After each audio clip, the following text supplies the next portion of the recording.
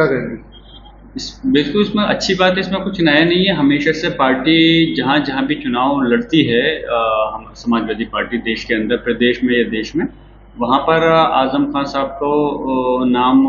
Star प्रचारक में रखा जाता है। तो मैं तो समझता हूँ कोई नई बात नहीं है, लेकिन पता नहीं इसमें क्यों नए रूप से दिखाया जा रहा है।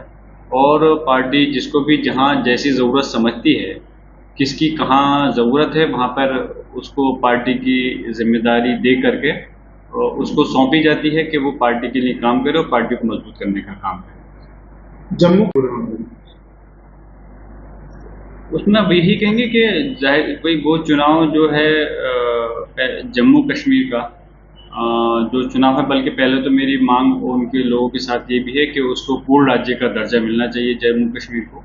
जो लगातार वहाँ के लोगों की मांग चली आ रही है और होना भी चाहिए। और उसके साथ साथ जहाँ तक राज्यसभा का चुनाव है, तो वहाँ पे वोट जिसकी जितनी संख्या होती है विधायकों की, उस हिसाब से अपना उनका नंबर ज़्यादा होता है, तो उनके ज़्यादा थी, तो इसलिए वहाँ पर जीते। आने वाले समय के अंदर जो भी चुनाव जहाँ होते हैं, इसमें तो वैसे ही अपना चुनाव में वो होता है, लेकिन बीजेपी ने भी एक सीट जीती है, अलग ये चीज़ बात है। हम उम्मीद करते हैं कि वहाँ के लोगों को, चाहे जो भी जिस तरह से जो आदमी चुनाव में जिस चुनाव के अंदर भी जीते, लेकिन वहाँ के जम्मू कश्मीर के लोगों को उनका अधिकार सुरक्षित रहे। यात्रा से वर्जिन सर्टिफिकेट मांगा गया था, क्या कहेंगे पूरे मामले को लेकर? देखिए, सोशल मीडिया में और मीडिया के माध्यम से मेरे भी जानकारी में आया है, लेकिन मैं यही कहूँगा कोई भी हमारा मदरसा जो भी मजहबी ये दायरा है, कहीं अभी तक हमने ना तो ऐसा होता है ना ही कभी सुना है कि इस प्रकार का कोई सर्टिफिकेट किसी बच्ची से या किसी उससे मांगा जाता हो, जो कि ना ही कहीं आवश्यकता होती है, ना कहीं मजहब में ऐसा किया गया कि तालीम के लिए किस प्रकार के कहीं सर्टिफिकेट की ज़रूरत है। फिर भी मैं यही कहूँगा कि जब ऐसा आज तक हमने नहीं सुना है, पहली बार ऐसा मामला प्रकाश में आया है, तो उसकी पहले सही से जानकारी होनी चाहिए क्या उसमें कहाँ तक सच्चाई है। तो आज तक हमारे मज़हब इस्लाम में इस प्रकार का कोई मैसेज नहीं है, पैगाम नहीं है कि जो इस प्रकार के सर्टिफिकेट को दिखाने के लिए कहीं कहा जाए। मैं तो ये कहता हूँ ये सोची समझी साजिश है, जो आइला मोहम्मद के नाम पर इसको भड़काने का काम किया जा रहा है। और जो हमारी मोहब्बत है, जो हमारी आस्था है, जो हमारे अपने दीन के प्रति है, वो ना तो हमें किसी को दिखाने की ज़रूरत है, हमारे दिल से है, वो हमारे दिल में रहेगी और हमेशा रहेगी। और मैं समझता हूँ ये बीजेपी के द्वारा ही सोची समझी साजिश के तहत इस चीज़ को आगे बढ़ाया गया है। और मंदिर पे जहाँ तक लिखने का मामला है, अगर ईमानदारी से इसकी जांच होगी तो मैं इसको जिम्मेदारी से कह सकता हूँ उसके अंदर मुसलमान व्यक्ति शामिल नहीं पाए जाएंगे। उसकी वजह ये नहीं कि मैं आंख बंद करके मुसलमानों का समर्थन कर रहा हूँ, मैं इसको इस बात पे कह रहा हूँ कि हमारा मजहब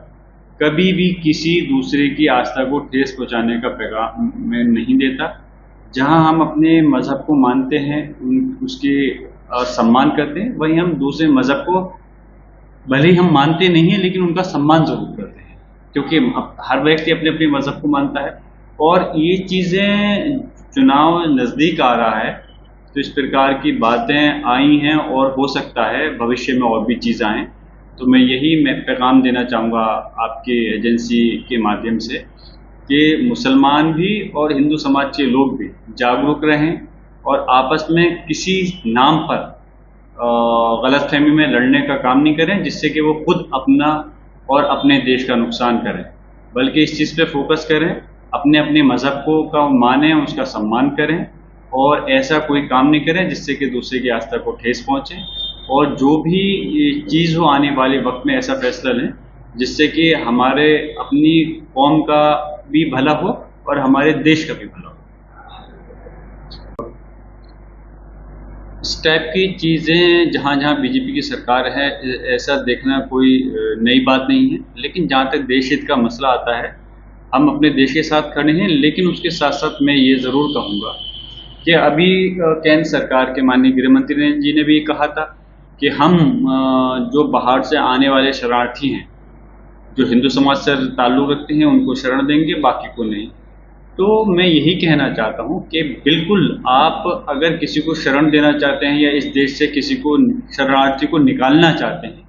ये मुद्दा बात का है। पहले जो इस देश के अंदर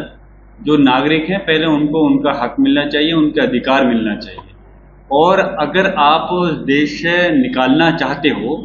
शरणार्थी को, तो उसके अंदर ये नहीं देखना चाहिए कि कौन किस धर्म से ताल्लुक़ रखता है। अब चाहे वो बांग्लादेश का हो, पाकिस्तान का हो, श्रीलंका का हो, कहीं का भी हो, तो जब सबके लिए एक से ही पॉलिसी होनी चाहिए। और उसके साथ साथ